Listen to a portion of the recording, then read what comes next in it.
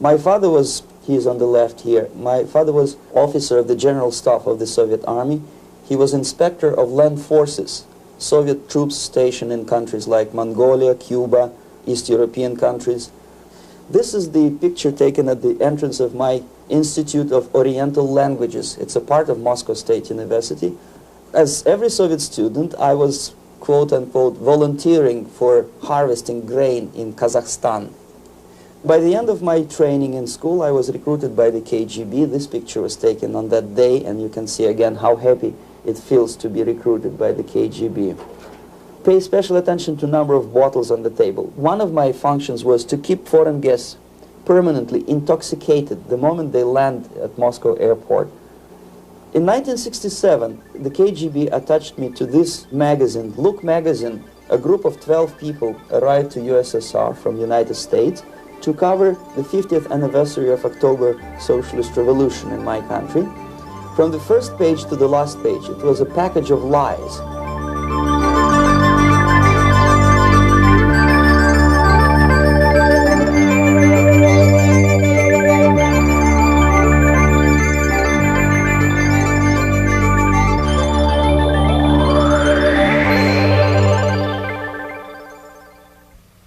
Our conversation is with Mr. Yuri Alexandrovich Bezmenov.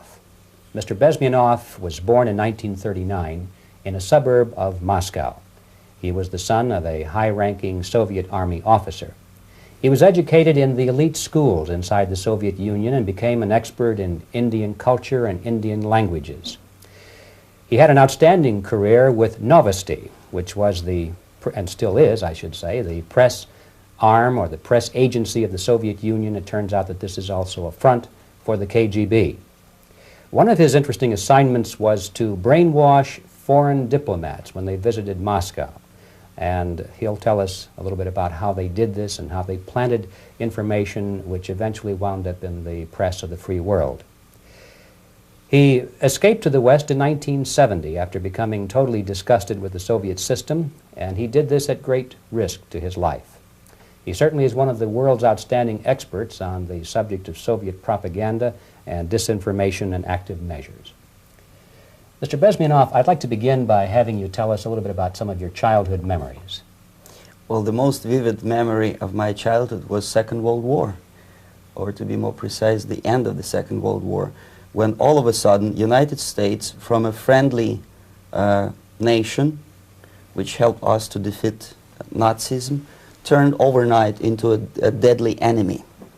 And it was very shocking because all newspapers were trying to present an image of belligerent, aggressive American imperialism. Most of the things that we were taught is that United States is aggressive power, which is just about to invade our beautiful, free, socialist country, that American CIA is dropping Colorado beetles on our beautiful potato fields to eliminate our crops, and each schoolboy had a picture of Colorado bug on the back page of his notebook, and we were instructed to go into collective fields to search for those little Colorado bugs. Of course, we couldn't find any, neither we could find many potatoes, and that was explained again by the encroachments of the decadent imperialist power.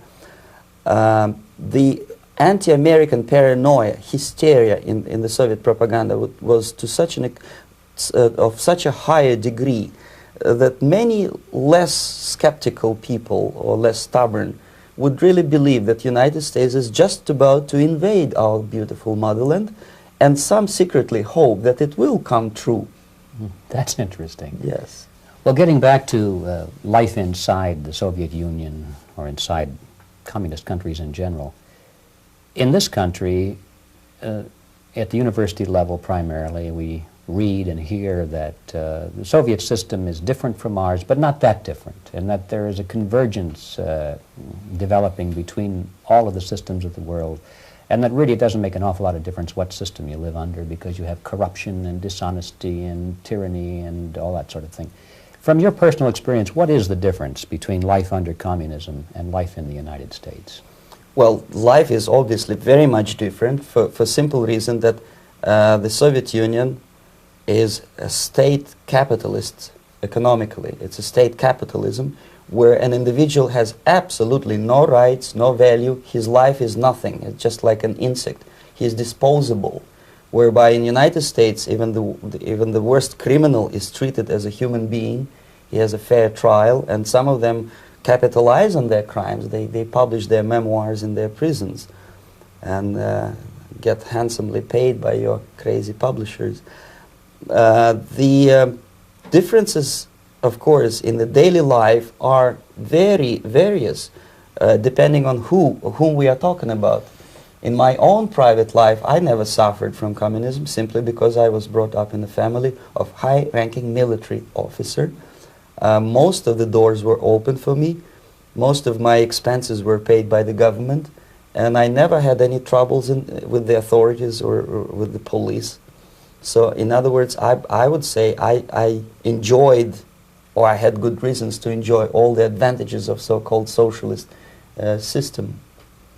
My main motivations to defect had nothing to do with affluence. It was mainly moral indignation, moral protest, rebellion against the inhuman methods of the Soviet system. Well, specifically, what did you object to? I objected, first of all, against oppression of my own dissidents and intellectuals. And that was the most disgusting thing that I witnessed as a young man, young student, who was brought up at a very troublesome period in our history, from Stalin to Khrushchev, from total tyranny and oppression to some kind of liberalization. Second, when I started working for the Soviet embassy in India, to my horror, I discovered that we are millions times more oppressive than any colonial or imperialist power in the history of mankind. That my country brings to India not freedom, progress, and friendship between the nations, but racism, exploitation, and slavery, and of course economical inefficiency to this country. Since I fell in love with India, I developed something which by KGB standards is extremely dangerous thing. It's called split loyalty, when an agent likes a country of assignment more than his own country. I literally fell in love with this beautiful country, a country of great contrasts, but also great humility, great tolerance, and philosophical and intellectual freedoms. My ancestors used to live in caves and eat raw meat when India was a highly civilized nation 6,000 years ago. So obviously the choice was not to the advantage of my own nation. I decided to defect and to entirely dissociate myself from that brutal regime. Mr. Bezmenov, we've read a lot about the concentration camps and the slave labor camps under the Stalin regime. Now the general impression in America is that those things are part of the past. Are they still going on today, or what is the status? Yes. There is no qualitative change in the Soviet concentration camp system. There are changes in numbers of prisoners. Again, this is unreliable Soviet statistics. We don't know how many political prisoners are there in the Soviet concentration camps. But we sure know from various sources that at each particular time there are close to 25 to 30 million of Soviet citizens who are virtually kept as slaves in forced labor camp system. The size of the population of a country like Canada is serving terms as prisoners. Incredible. So I would say that those intellectuals who try to convince American public that concentration camp system is a thing of the past are either conscientiously misleading public opinion, or they are not very intellectual people. They're selectively blind. They lack intellectual honesty when they say that. Well, we've spoken about the intellectuals in this country and also the intellectuals in the Soviet Union. What about down at the broad mass level? Do the people in general, the working people, the workers in general in the Soviet Union, do they support the system? Do they tolerate it? What is their attitude? Well, average Soviet citizen, if there is such an animal, of course, does not like the system because it hurts, it kills. He may not understand the reasons. He may not have enough information or educational background to understand.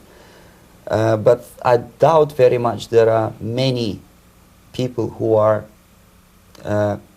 conscientiously supporting the Soviet system. There are not such people in USSR.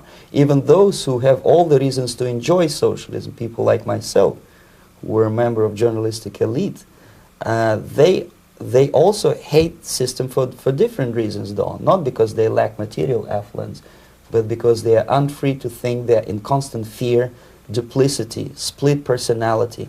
And this is the greatest tragedy for my nation. Well, what do you think are the chances of the people actually overcoming their system or replacing it?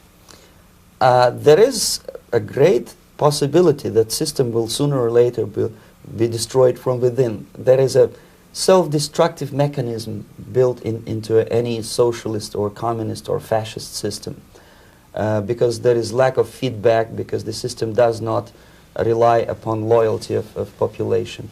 But until this Soviet junta is being supported by the Western so-called imperialists, that is, multinational companies, establishments, governments, and let's face it, intellectuals, so-called academia in the United States is famous for supporting the Soviet system. As long as the Soviet junta will keep on receiving credits, money, technology, grain deals, and political recognition from all these traitors of democracy or freedom, there is no hope, there is not much hope for changes in my country, and the system will not collapse by itself simply because it's being nourished by so-called American imperialism. This is the greatest paradox in history of mankind, when capitalist world supports and actively nourishes its own destroyer, destructor. I think you're trying to tell us something. Oh, in yes. This country. I'm trying to tell you that it has to be stopped unless you want to end up in Gulag system and enjoy all the advantages of socialist equality.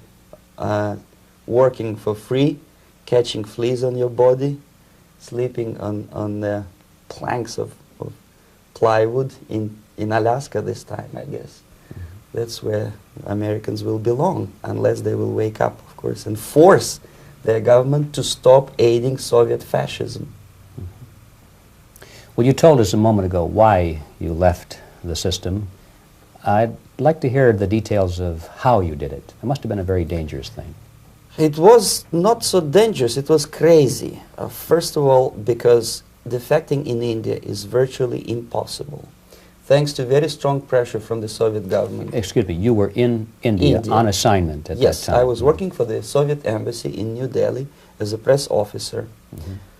And defecting for a Soviet diplomat is next to impossible. It's a suicide, as I said, because a great friend Indira Gandhi pushed a law through parliament which says, and I quote, "No defector from any country has a right of political asylum in any embassy on the territory of Indian Republic," which is a masterpiece of hypocrisy. No other defector but the Soviet one needs a political asylum.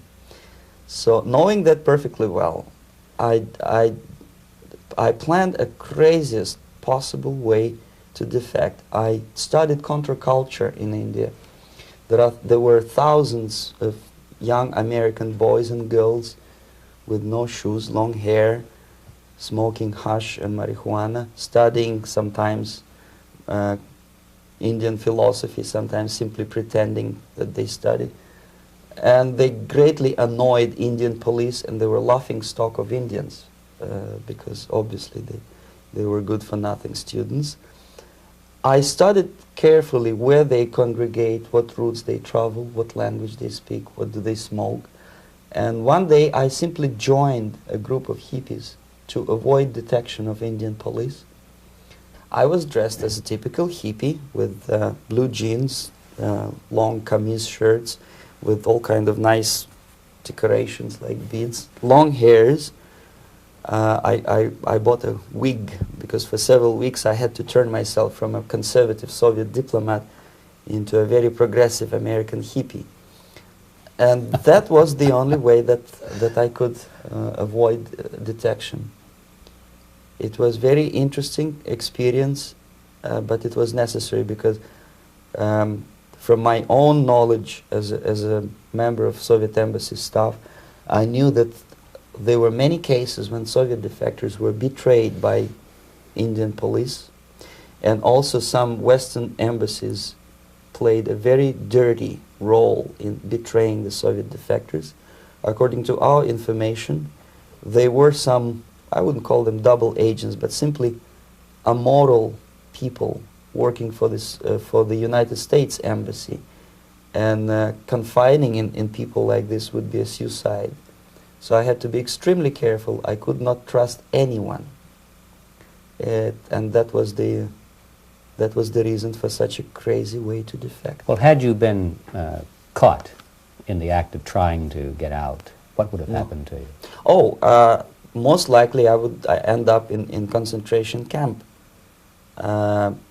or depending on the situation and on the whim of some bureaucrat in KGB, maybe even executed. This is normal practice, quietly, of course, not publicly. But that would be the end of my defection, of course. Well, when did you finally make it to the United States? In 1970, after about 6 months of debriefing in Athens by the CIA, and I presume FBI too, they let me go first to Germany, then to Canada. That was my decision. I had to change my identity to protect my family and my friends in USSR. And also I was a little bit paranoid, knowing that both Soviet KGB and probably some double agents within the American system may be after me. So I wanted to settle down as far away as possible. I requested CIA to give me some kind of new identity and just let me go on my own. And I settled in Canada. I was a student. I changed many professions, from farm help and laundry truck driver to language instructor and broadcaster for Canadian Broadcasting Corporations in Montreal. Well, have you had any threats on your life or any yes. unpleasant In about 5 years, KGB eventually discovered that I am working for Canadian Broadcasting. I made a very big mistake. I started working for overseas service of CBC, which is similar to Voice of America, in Russian language. And of course, monitoring service in USSR picked up every new voice. Every new announcer they would make it a point to discover who he is. And in 5 years, sure enough, slowly but surely, they discovered that I am not Thomas Schumann, that I am Yuri Alexandrovich Bezmenov, and that I am working for Canadian Broadcasting, and undermining beautiful détente between Canada and USSR. And the Soviet ambassador Alexander Yakovlev made it his personal effort to discredit me. He complained to Pierre Trudeau, who is known to be a little bit soft on socialism. And the management of CBC behaved in a very strange, cowardly way, unbecoming to representatives of an independent country like Canada. They listened to every suggestion that Soviet ambassador gave, and they started shameful investigation, analyzing content of my broadcasts to USSR.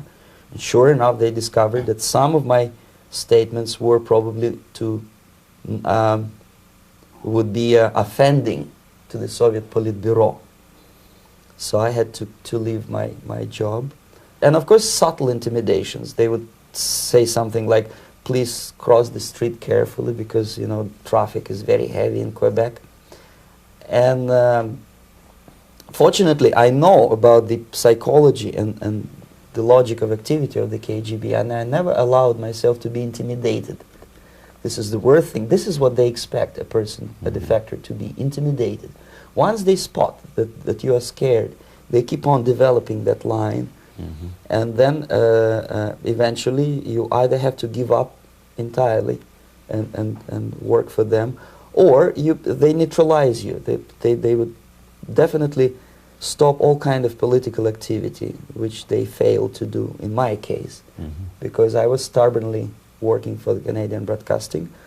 And in response to their intimidations, I said that, look, this is a free country, and I am as free as you are. And I also can drive very fast. And gun control is not yet established in Canada, so I had a couple of good shotguns in my basement. So welcome to visit me someday with your Kalashnikovs machine guns. So obviously it didn't work. Intimidation didn't work.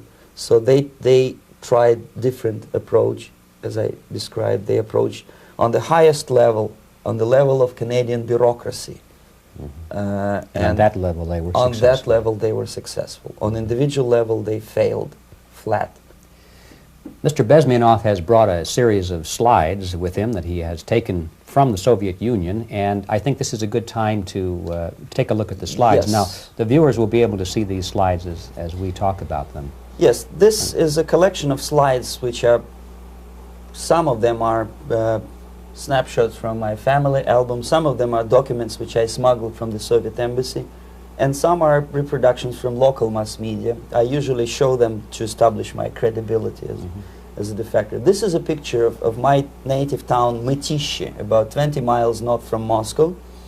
Characteristically, there is a statue of Comrade Lenin in the central square. This is myself at the age of 7, again, characteristically, under the statue of Comrade Stalin, extending his friendly hand to peoples of the world. At that age, of course, I was still idealistically minded young communist, and I still believe that sooner or later things will go for better. But I realized that the system stinks, that something is fishy, and that ideology is fake, and the propaganda about advanced Soviet agriculture simply didn't meet the criteria of reality. If they talk about abundance of food and there is none in the stores, there must be something wrong. My father was, he is on the left here, my father was officer of the General Staff of the Soviet Army. He was inspector of land forces, Soviet troops stationed in countries like Mongolia, Cuba, East European countries. Were he alive today, most likely he would be inspecting Soviet troops in Nicaragua, Angola, and many other parts of the world. Fortunately, he died and he didn't see the disgrace, because deep inside he was a Russian patriot. He didn't like the idea of expanding Soviet military might, especially in the areas where we were not welcomed at all. Unlike many other military officers, he was reporting directly to the Minister of Defense, bypassing KGB and diplomatic service. In other words, he was a trusted military professional. And my impression that this type of people are much less hawkish and adventuristic than party bureaucrats in Kremlin. When American mass media describes Soviet military as potentially dangerous counterpart for Pentagon, I simply laugh, because I know better. I know that the most dangerous part of the Soviet power structures are not military at all. Most likely, if they come to power in my country, they'll be more sensible negotiators for nuclear disarmament and withdrawal of the Soviet troops from many parts of the world. But if someone from the party structure or the KGB structure were to give the orders for a military intervention, they have to obey, they yes, would follow. Because they are professional military. But they, you see, the triangle of power and hate in USSR is the party at the top, the party elite, the oligarchy of the party, then the military and the KGB at the bottom. They hate each other, and the most hated triangle, the most hated corner of the triangle is the Communist Party bureaucrats. They are the most adventuristic, senile megalomaniacs. They can start war, I wouldn't be surprised. Not the military. They know what war is. Yes. At least my father did. This is the picture taken at the entrance of my Institute of Oriental Languages. It's a part of Moscow State University. I graduated in 1963, And I Now, excuse me, which one were you on? I am on the right. You're on the right. And on the left is my my schoolmate Vadim Smirnov, who later was a apparatchik in the Central Committee of the Soviet Union Communist Party. What is an apparatchik? It's a functionary, something like civil service in British Empire. Someone who is never fired from the service. He stays there internally. He may not be promoted too high, but he's a dependable bureaucrat who will stay forever. I studied not only languages, but also history, literature, even music. I'm on this picture. I'm trying to learn how to play Indian musical instrument. I even tried to look like an Indian when I was second-year student. Not bad, right? Yes, actually, it was strongly encouraged by the instructors in my school, because the graduates of my school were later on employed as diplomats, foreign journalists, or spies. As every Soviet student, I was quote-unquote volunteering for harvesting grain in Kazakhstan. This is the biggest agricultural blunder of the Soviet government. But I didn't have much choice, of course, because the communist motto borrowed from the Bible says, "Those who do not work shall not eat." And you can see me eating, therefore I was working, and you can see how happy I was about it. I went through a very extensive physical and military training, including the military games in areas, suburban areas of Moscow. And here, for example, we are on the tour in Arkhangelsk area. And by the end of my training in school, I was recruited by the KGB. This picture was taken on that day, and you can see again how happy it feels to be recruited by the KGB. Our conversation with Yuri Alexandrovich Bezmenov, who is a defector from the Soviet Union, a former propaganda agent for Novosti and the KGB, will continue after this message.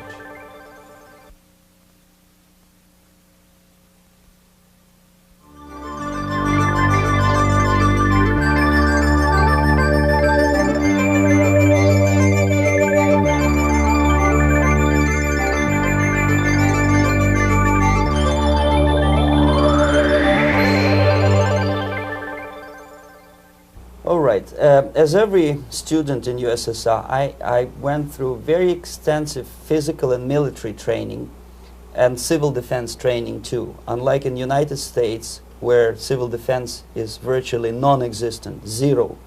In USSR, every student, whatever his major subject, has to go through very extensive 4-year military and civil defense training.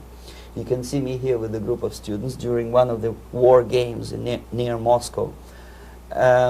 The main idea, of course, is to prepare a huge reserve army of the USSR.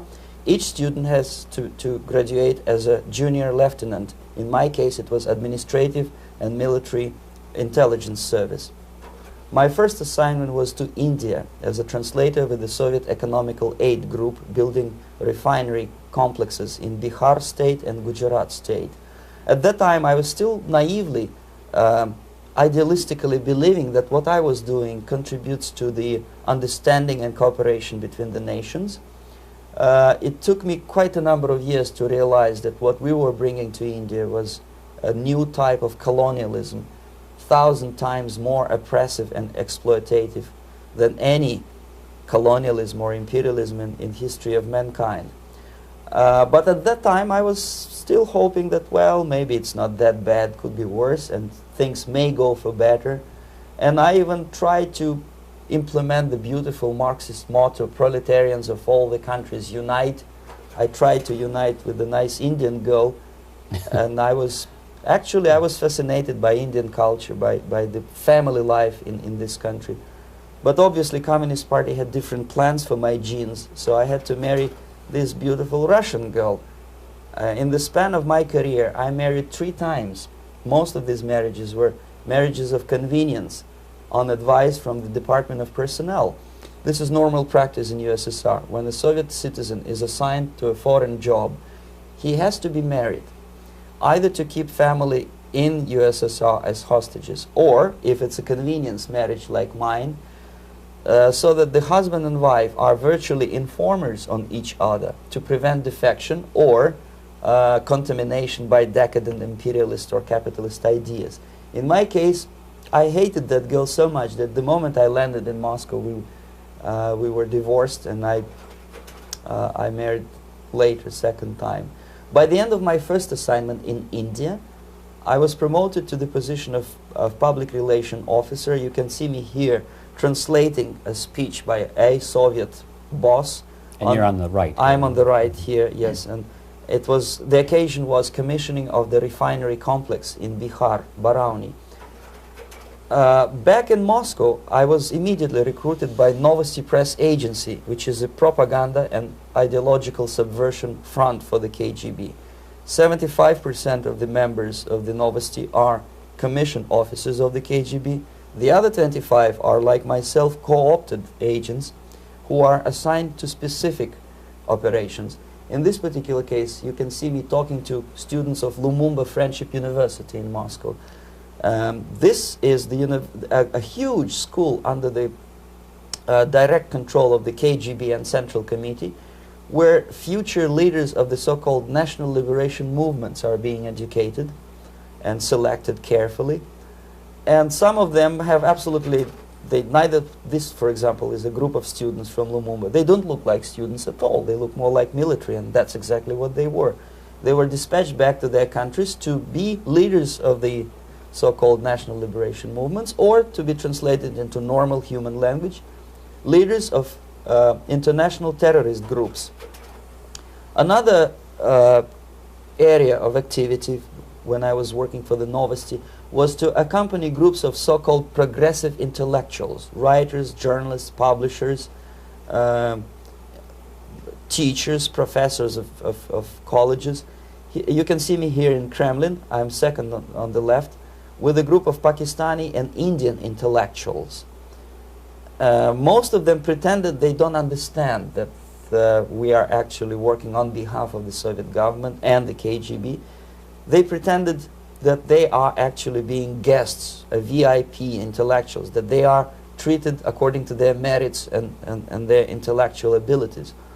For us, they were just a bunch of political prostitutes to be taken advantage for various propaganda operations.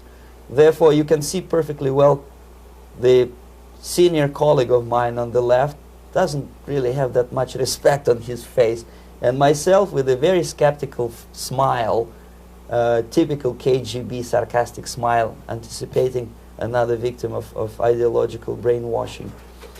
This is how a typical conference in Novosti headquarters in Moscow looked like.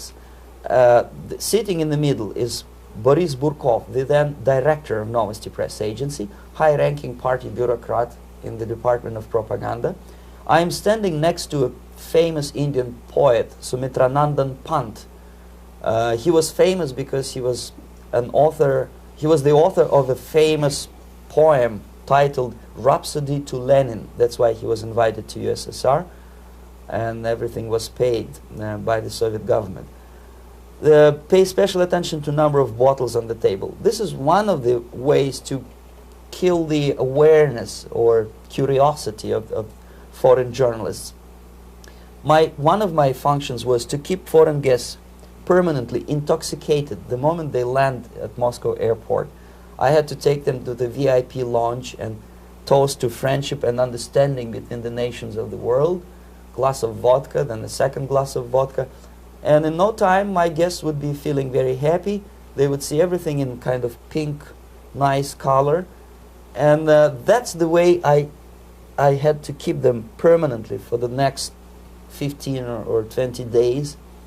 At a certain point in time, I had to withdraw alcohol from them so that some of them who are the most recruitable would feel a little bit shaky, guilty, trying to remember what they were talking last night.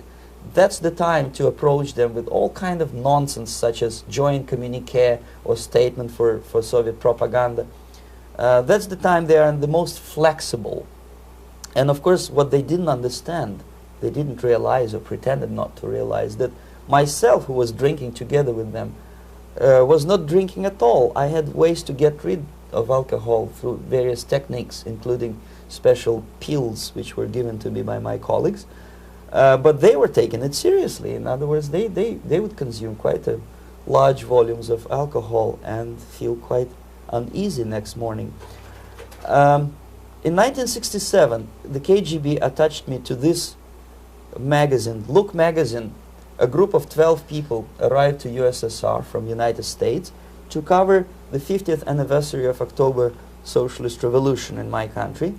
From the first page to the last page, it was a package of lies, propaganda cliché, which were presented to American readers as opinions and deductions of American journalists. Nothing could be far from truth. These were not opinions. They were not opinions at all. They were the clichés which the Soviet propaganda wants American public to think that they think. If it does make any sense at all. It sure does, because from the viewpoint of the Soviet propaganda, although there are some subtle criticisms of the Soviet system, the basic message is that Russia today is a nice, functioning, efficient system supported by majority of population. That's the biggest lie. And of course, American intellectuals and journalists from Look magazine elaborated on that untruth in various different ways. They intellectualized that lie. They found all kinds of justifications for telling lies to American public. Excuse me, it was partly your job to make sure that they got these ideas, yes, and accepted them as their own ideas. Right. Actually, even before they arrived to USSR, and they paid astronomical sum of money for that visit, they were submitted, this Novosti Press Agency developed so-called backgrounders, 20-25 pages of information and opinions which were presented to the journalists even before they bought their tickets to Moscow. They had to analyze the situation, and judging on their reaction to that backgrounder, the local Novosti representative or local Soviet diplomat in Washington, D.C. would assess whether they be given visa to USSR or not. So but they were selected ahead of time. Oh yes, they were pre-selected very carefully, and there is not much chance for honest journalists to arrive to USSR and to stay there for 1 year and to bring this package of lies back home. This, for example, is a centerfold of the Look magazine. They presented this monument erected by Communist Party in Stalingrad as the symbol, personification of Russian military might. And they said in the article, which is published on the site, that Soviets are very proud of the victory in the Second World War. This is another big myth, a lie. No sensible people would be proud to lose 20 millions of their countrymen in a war which was started by Genoese Hitler and Comrade Stalin and paid by American multinationals. Most of the Soviet citizens look at this type of monuments with disgust and sorrow, because every family lost father, brother, sister, or child in the Second World War. Yet American journalists who were trying to appease, to please their hosts, presented this picture on the centerfold as the symbol and personification of Soviet national, they call it Russian national spirit. And it was greatest misconception and a very tragic misunderstanding. Of course, Look magazine was not distributed in USSR. The main audience was in the United States. But I presume that many Americans, millions of Americans who were reading Look magazine at that time, had absolutely wrong idea about the sentiments of my nation, about what the Soviets are proud of and what they hate. This is a group, you see the same lady with the sword in Stalingrad. This is the group of journalists. Myself is in the center with the same devilish smile. And Mr. Philip Harrington is on the extreme left there with his camera. This is the gentleman which was so deaf or so uninterested in what I had to say to him.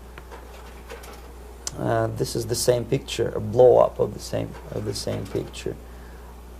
Many guests from various countries, in this particular case from Asia and Africa, were taken by me as a Novosti Press Agency employee for a tour across Siberia, for example. We would show them typical kindergarten, you see, nothing special by American standards, just nice children sitting, eating their breakfast or lunch. What they could not understand, or they pretended not to understand, that this is an exemplary kindergarten. This is not the kindergarten for average person or average family in USSR. And we maintain that illusion in their minds. You can see myself under the red spot in the middle there, with the same business-like expression. I'm doing my job. That's what I'm assigned to do, and that's what I was paid to do. But deep inside, I still hope that at least some of these useful idiots would understand that what they are looking at has nothing to do with the level of affluence in my nation. This is a better picture which reflects the true spirit of the Soviet childhood. This picture was printed in a Canadian government publication by mistake. In the middle you can see children playing on a small courtyard, and the caption goes, "This is a typical kindergarten in Siberia." What these idiots didn't understand, that it is not kindergarten at all. It is a prison for children of political prisoners.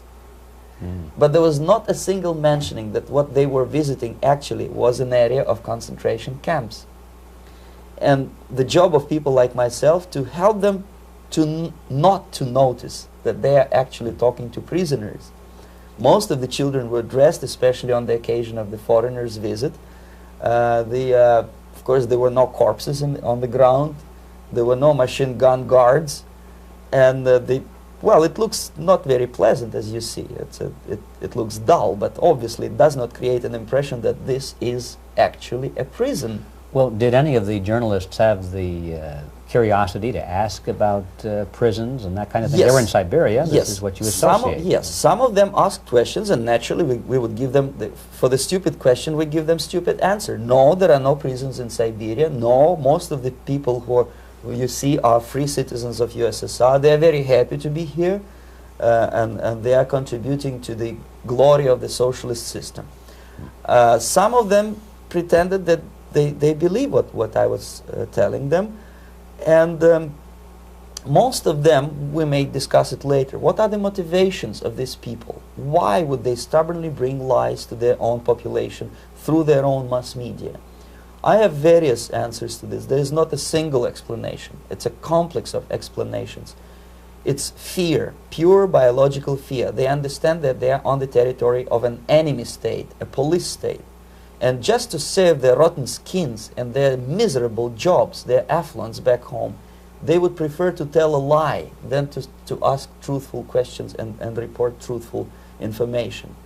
Second, most of these schmucks were afraid to lose their jobs, because obviously if you tell truth about my country, you will not last long as a correspondent of New York Times or Los Angeles Times. They will fire you.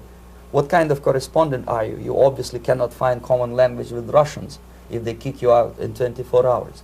So just by trying to be conformist to their own editorial bosses, they tried not to offend the sentiments of the Soviet administrators and people like myself. Deep inside, I hope they would insult my or offend my sentiments. Obviously, they preferred not to. Another reason, I refuse to believe it, but obviously, there is another reason. Obviously, it's a greed. These people earn a lot of money. When they come back to USA, they claim that they are experts on my country. They write books which sells in million copies, titled like Russians, The Truth About Russia. Most of it is lie about Russia. Yet they claim to be Sovietologists. They play back myth about my country, the propaganda cliches. Yet they stubbornly resist the word of truth. If a person like Solzhenitsyn is either defecting or kicked out of USSR, they try all their best to discredit him and to discourage him. I don't have much chance to appear on national network with a true story about my country. But a useful idiot like Hendrik Smith or Robert Kaiser, they are big heroes. They come back from USSR. They say, oh, we were talking to dissidents in Russia. Big deal. Soviet dissidents are chasing American correspondents in the streets, and they are cowardly escaping from these contacts. For some strange reason, if you want to know more about Spain, you refer to Spanish writers. If you want to learn more about French, you read French writers. Even about Antarctica, I bet you would read penguins. Only about the Soviet Union, for some strange reason, you read Hendricks and Schmendricks and all kind of Kissingers, because they claim that they know more about my country. They know nothing, or next to nothing, or they pretend that they know more than they actually do. I would say they are dishonest people who lack integrity and common sense and intellectual honesty. They bring back all kind of stories like that. A kindergarten in Siberia. Omitting the most important fact, it's a prison for children of political prisoners. Another greatest example of monumental idiocy of American politicians. Edward Kennedy was in Moscow, and he thought that he is a popular, charismatic American politician who is easygoing, who can smile, dance at the wedding in Russian Palace of Marriages. What he did not understand, or maybe he pretended not to understand, that actually he was being taken for a ride. This is a staged wedding, especially to impress foreign media, or useful idiots like Ed Kennedy. Most of the guests there, they had security clearance, and they were instructed what to say to foreigners. This is exactly what I was doing. You can see me in the same damn wedding palace in Moscow where Ed Kennedy was dancing here. You see, smiling. He thinks he's very smart. From the viewpoint of Russian citizens who observe this idiocy, he's narrow-minded, egocentrical idiot who tries to earn his own popularity through participation in propaganda farces like this. Here you can see myself. On the right, again, exemplary Soviet bride. On the left, 3 journalists from various countries, Asia, Africa, and Latin America. Obviously, they enjoying the situation. They will go back home and write the reports. We were present on a regular Soviet wedding. They were not present on a regular Soviet wedding. They were present, they were parts of a farce, of a circus performance. Another thing which I had to, sometimes risking my life to explain to foreigners. Time magazine, for example, is very critical of South African racist regime. The whole article was dedicated to the shameful internal passport system where blacks are not allowing to live with whites. For some strange reason, for the last 14 years since my defection, nobody wanted to pay attention to my passport. This is my passport. It also shows my nationality, and it has a police rubber stamp, which is called propiska in Russian language, which assigns me to a certain area of residence. I cannot leave that area, same way as this black man cannot leave the area in South Africa. Yet we call South African government racist regime. Not a single Jane Schmonda or Fonda is brave enough, courageous enough to come to media and say, look, this is what happens in USSR. I send a copy of my passport to many American liberals and civil rights defenders and all the other useful idiots. They never bothered to answer me back. This shows what kind of integrity, what kind of honesty these people are. They're a bunch of hypocrites because they don't want to recognize a good example of racism in my country. This is the first stage of befriending a professor. You can see myself on the left with the same James Bond smile. On the right is my KGB supervisor, Comrade Leonid Mitrokhin, and in the middle a professor of political science in Delhi University.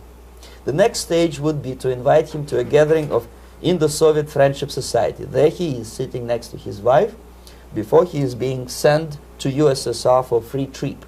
Everything is paid by the Soviet government. He was made to believe that he is invited to USSR because he is a talented, sober-thinking intellectual.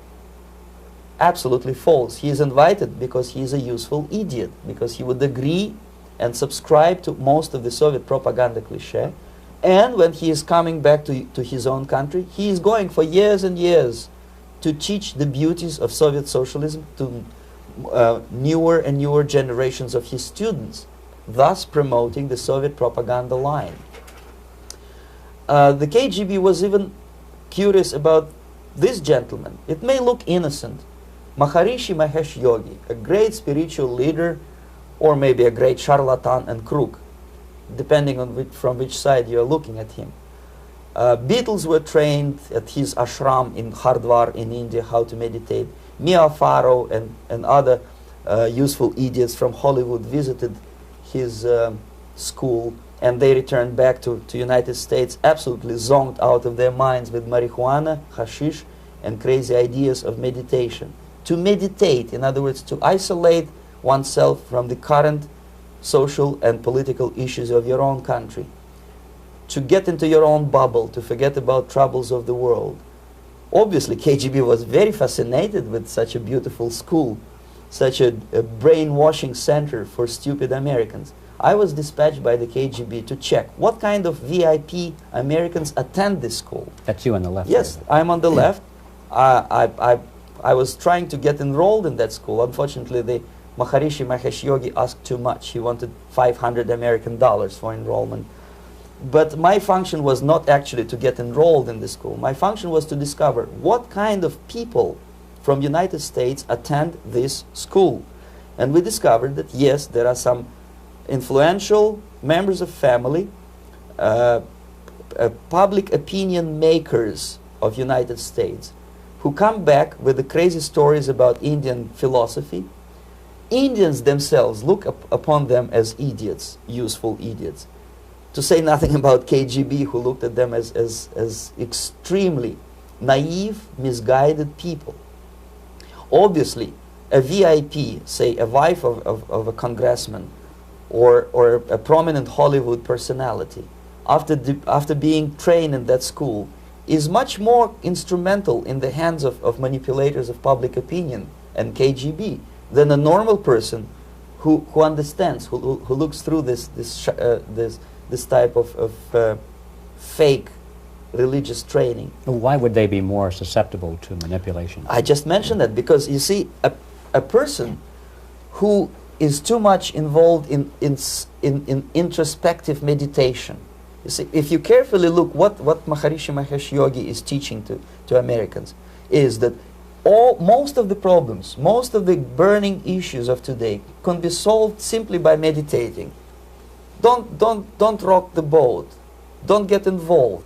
Just sit down, look at your navel, and meditate. And the things, due to some strange logic, due to cosmic vibration, will settle down by themselves. This is exactly what the KGB and Marxist-Leninist propaganda wants from Americans, to distract their opinion, attention, and mental energy from real issues of the United States into a non-issues, into a non-world, non-existent harmony. Obviously, it's more beneficial for the Soviet aggressors to have a bunch of duped Americans than Americans who are self-conscious, healthy, physically fit, and alert to the reality. Maharishi Mahesh Yogi obviously is not on the payroll of the KGB. But whether he knows it or not, he contributes greatly to demoralization of American society. And he's not the only one. There are hundreds of those gurus who come to your country to capitalize on naivete and stupidity of Americans. It's a fashion. It's a fashion to meditate. It's a fashion not to be involved. So obviously, you can see that if KGB were that curious, if they paid my trip to Hardwar, if they assigned me to that strange job, obviously they were very much fascinated. They were convinced that that type of brainwashing is very efficient and instrumental in demoralization of the United States. Our conversation with Yuri Alexandrovich Bezmenov, who is a defector from the Soviet Union, a former propaganda agent for Novosti and the KGB, will continue after this message.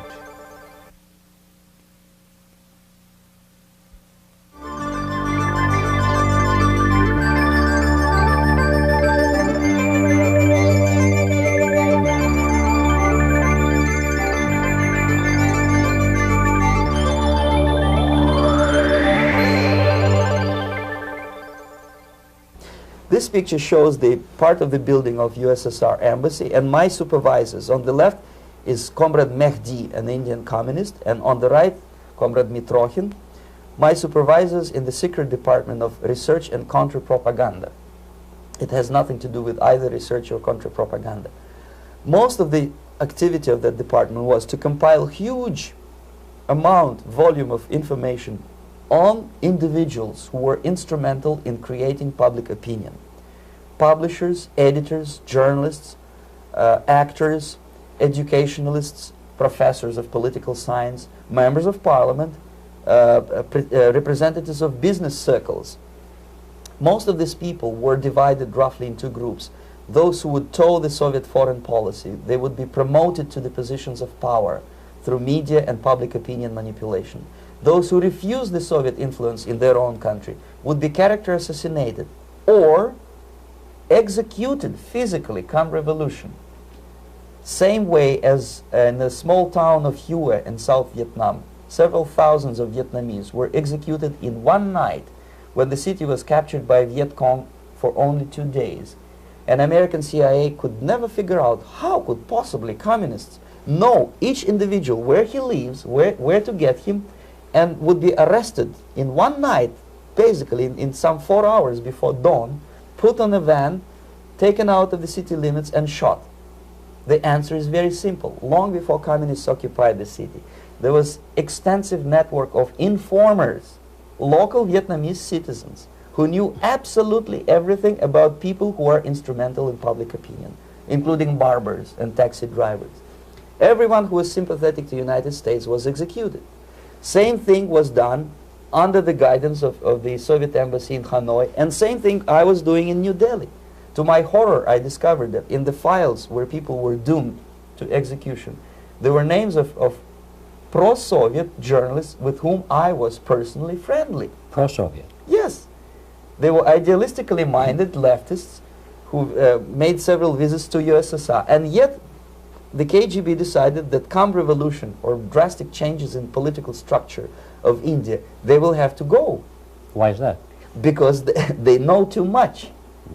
Simply because, you see, the useful idiots, the leftists who are idealistically believing in the beauty of Soviet socialist or communist or whatever system, when they get disillusioned, they become the worst enemies. That's why my KGB instructors specifically made a point, never bother with leftists. Forget about these political prostitutes. Aim higher. This was my instruction. Try to get into large circulation, established conservative media. Rich, filthy rich movie makers, intellectuals, so-called academic circles. Cynical, egocentric people who can look into your eyes with angelic expression and tell you a lie. These are the most recruitable people, people who lack moral principles, who are either too greedy or too suffer from self-importance. They feel that they matter a lot. These are the people who KGB wanted very much to recruit. But to eliminate the others, to execute the others, don't they serve some purpose? Wouldn't they be the ones they rely on? They serve purpose only at the stage of destabilization of a nation. For example, your leftists in United States, all these professors and all these beautiful civil rights defenders, they are instrumental in the process of the subversion only to destabilize the nation. When their job is completed, they are not needed anymore. They know too much. Some of them, when they get disillusioned, when they see that Marxist-Leninists come to power, obviously they get offended. They think that they will come to power. That will never happen, of course. They will be lined up against the wall and shot. But they may turn into the most bitter enemies of Marxist-Leninists when they come to power. And that's what happened in Nicaragua. You remember most of these former Marxist-Leninists were either put to prison or one of them split, and now he's working against Sandinistas. It happened in Grenada when Maurice Bishop was already a Marxist. He was executed by a new Marxist who was more Marxist than this Marxist. Same happened in Afghanistan when first there was Taraki, he was killed by Amin, then Amin was killed by Babrak Karmal with the help of KGB. Same happened in Bangladesh when Mujibur Rahman, very pro-Soviet leftist, was assassinated by his own Marxist-Leninist military comrades. It's the same pattern everywhere. The moment they serve their purpose, all the useful idiots are either be executed entirely, all the idealistically minded Marxists, or exiled or put in prisons, like in Cuba. Many former Marxists are in Cuba, in prison. So most of the Indians who were cooperating with the Soviets, especially with our Department of Information of the USSR Embassy, were listed for execution. And when I discovered that fact, of course I was sick. I was mentally and physically sick. I thought that I'm going to explode one day during the briefing at the ambassador's office. I would stand up and say something that we are basically a bunch of murderers. That's what we are. It has nothing to do with friendship and understanding between the nation and blah, blah, blah. We are murderers. We behave as a bunch of thugs in a country which is hospitable to us, a country which with ancient traditions. But I did not defect. I tried to get the message across. To my horror, nobody wanted even to listen, least of all to believe what I had to say. And I tried all kinds of tricks. I would leak information through letters or lost documents or something like that. And still I got no message. The message was not published, even in the conservative mass media of India. The immediate impulse to defect was Bangladesh crisis, which was described by American correspondents as Islamic grassroots revolution, which is absolute baloney.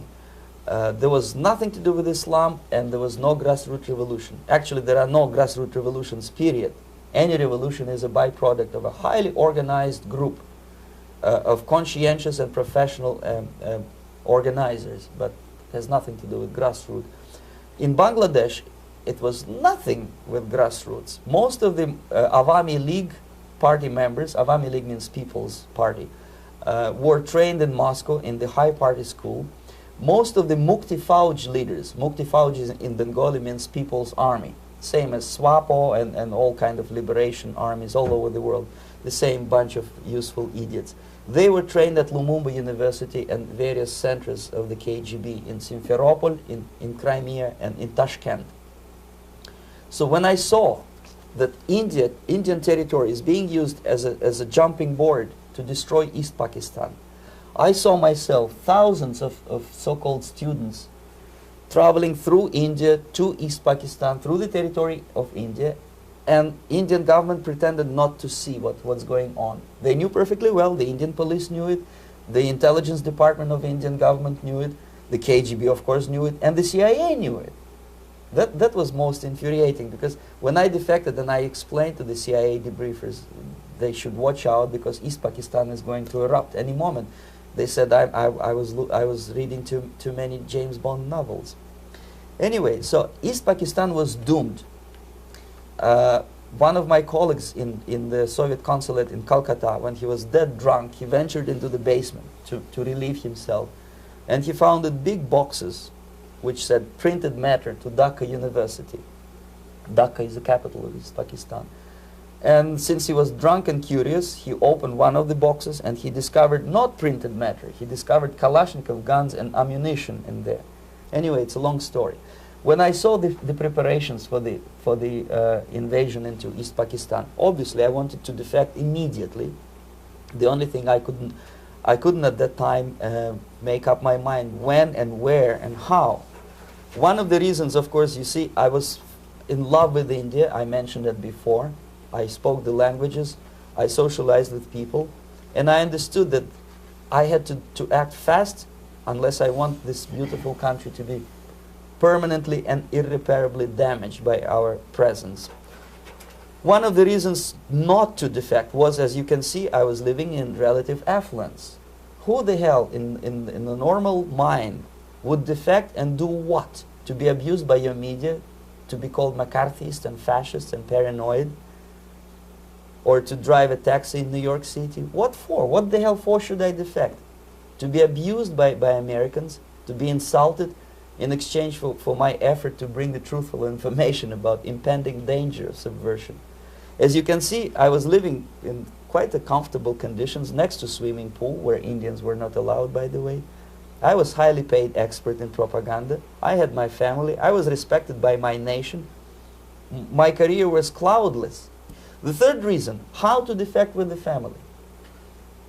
To defect with the baby and the wife would be virtual suicide, because according to law, that hypocritical law which I quoted before, the Indian police will have to hand me over back to the KGB, and that will be the end of my defection and probably my life. Again, I cannot smuggle my wife because she was not quite sure what I was doing. She was not that idealistically involved, and she was definitely not in the total picture of what I was doing for the KGB. She would be shocked if I you know, put her in my van and drive her to the American embassy or elsewhere. That would be a greatest danger. So again, I had to defect in such a way that my defection would look as simple disappearance. And there were many cases like that when the Soviet agents simply disappeared, either killed in action or, thanks to their curiosity and their close contacts with radicals, some of them were killed by the Marxists, by the way. It happened in many African countries when the Soviet KGB were killed by Africans themselves. Not because they hated Marxism-Leninism, but because they were simply trigger-happy bunch of unruly characters. If you give them a machine gun, they will shoot. And some of the Soviets obviously were not careful enough to protect themselves, and they got into embarrassing situations when they were shot at the crossfire between factions of so-called liberation movements. Anyway, so I decided, as I said, to study the counterculture. I decided this probably would be the best way to disappear. I socialized with characters like this. On the left, you see, he's a barefoot American hippie. It took me quite a long time to study exactly what they were doing and how to mix with them. But eventually I did it. Most of Indian newspapers carried my picture and promise of 2,000 rupees for information about my whereabouts. But they were looking for the wrong person, because they obviously tried to stop a young Soviet diplomat in white shirt and tie, and this is how I looked at the time of defection. Nobody could possibly think that a Soviet diplomat would be as crazy as to join a bunch of hippies. That's you. Yes, travel India and smoke hash. So I made it literally almost like a Hollywood-style detective story. From under the nose of the KGB in Bombay airport, I landed the plane and I flew to Greece, where I was debriefed by the CIA. That's basically that's all for my slides. We can turn off the projector, and that's very interesting. Well, you spoke several times before about ideological subversion. That is a phrase that I'm afraid some Americans don't fully understand.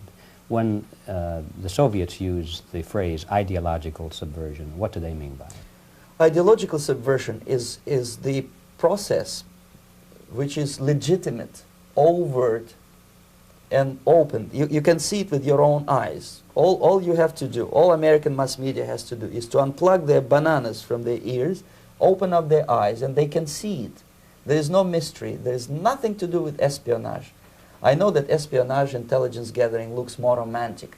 It sells more deodorants through the advertising, probably. That's why your Hollywood producers are so crazy about James Bond type of thrillers. But in reality, the main emphasis of the KGB is not in the area of intelligence at all. According to my opinion and opinion of many defectors of my caliber, only about 15% of time, money, and manpower is spent on espionage as such. The other 85% is a slow process which we call either ideological subversion or active measures, активные мероприятия in the language of the KGB, or psychological warfare. What it basically means is to change the perception of reality of every American to such an extent that despite of the abundance of information, no one is able to come to sensible conclusions in the interests of defending themselves, their families, their community, and their country. It's a great brainwashing process which goes very slow, and it's divided in 4 basic stages. The first one being demoralization. It takes from 15 to 20 years to demoralize a nation. Why that many years? Because this is the minimum number of years which requires to educate one generation of students in the country of your enemy, exposed to the ideology of the enemy. In other words, Marxism-Leninism ideology is being pumped into the soft heads of at least 3 generations of American students without being challenged or counterbalanced by the basic values of Americanism, American patriotism. The result you can see. Most of the people who graduated in the 60s, dropouts or half-baked intellectuals, are now occupying the positions of power in the government, civil service, business, mass media, educational system. You are stuck with them. You cannot get rid of them. They are contaminated. They are programmed to think and react to certain stimuli in a certain pattern. You cannot change their mind, even if you expose them to authentic information, even if you prove that white is white and black is black. You still cannot change the basic perception and the logic of behavior. In other words, these people, the process of demoralization is complete and irreversible. To get rid of society of these people, you need another 20 or 15 years to educate a new generation of patriotically minded and common sense people who would be acting in favor and in the interests of United States society.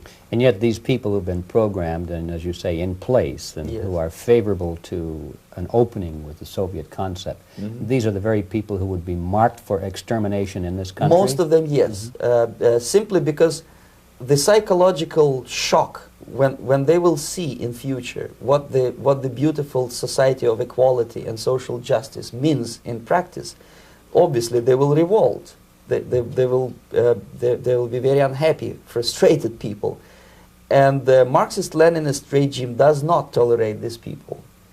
Obviously they will join the links of dissenters, dissidents. Unlike in present United States, there will be no place for dissent in future Marxist-Leninist America. Here you can get popular like Daniel Ellsberg and filthy rich like Jane Fonda for being dissident, for criticizing your Pentagon.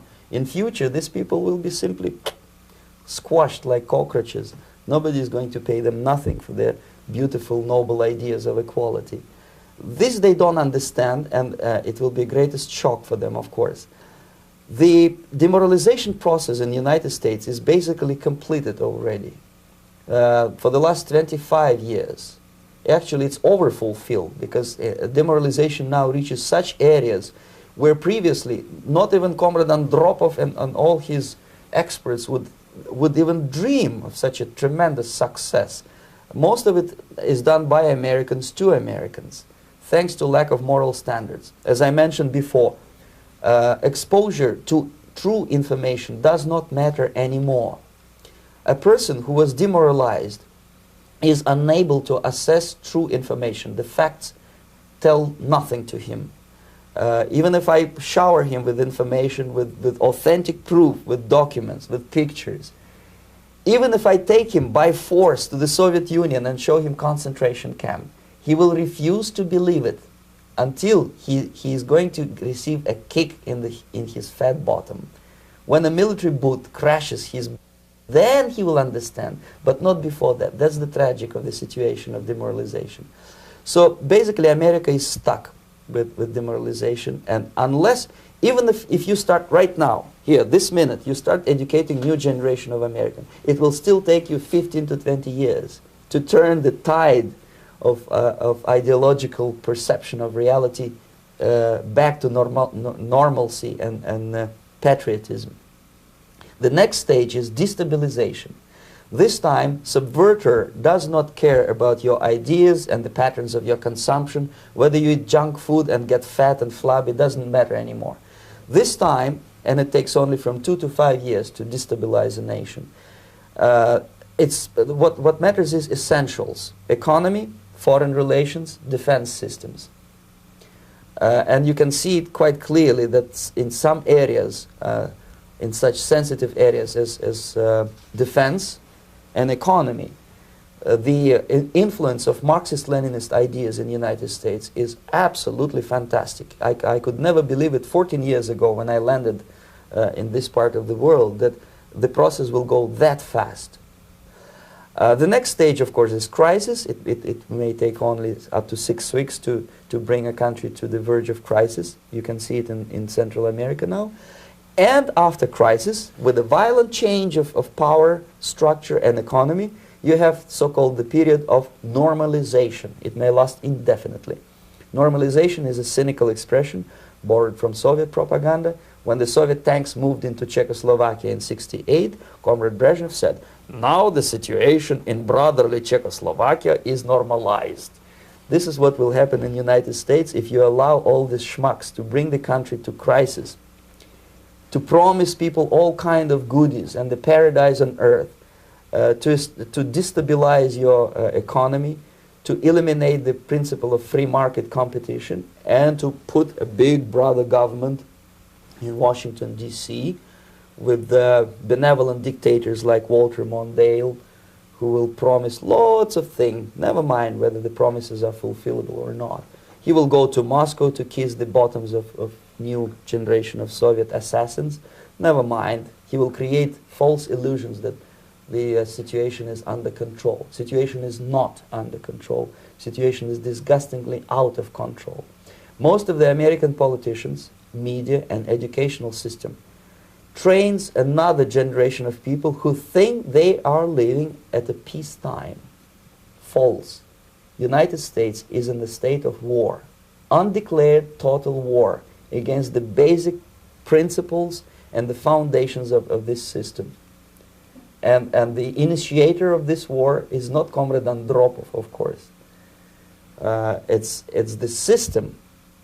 However ridiculous it may sound, the world communist system or the world communist conspiracy, whether I scare some people or not, I don't give a hoot. If you are not scared by now, nothing can scare you.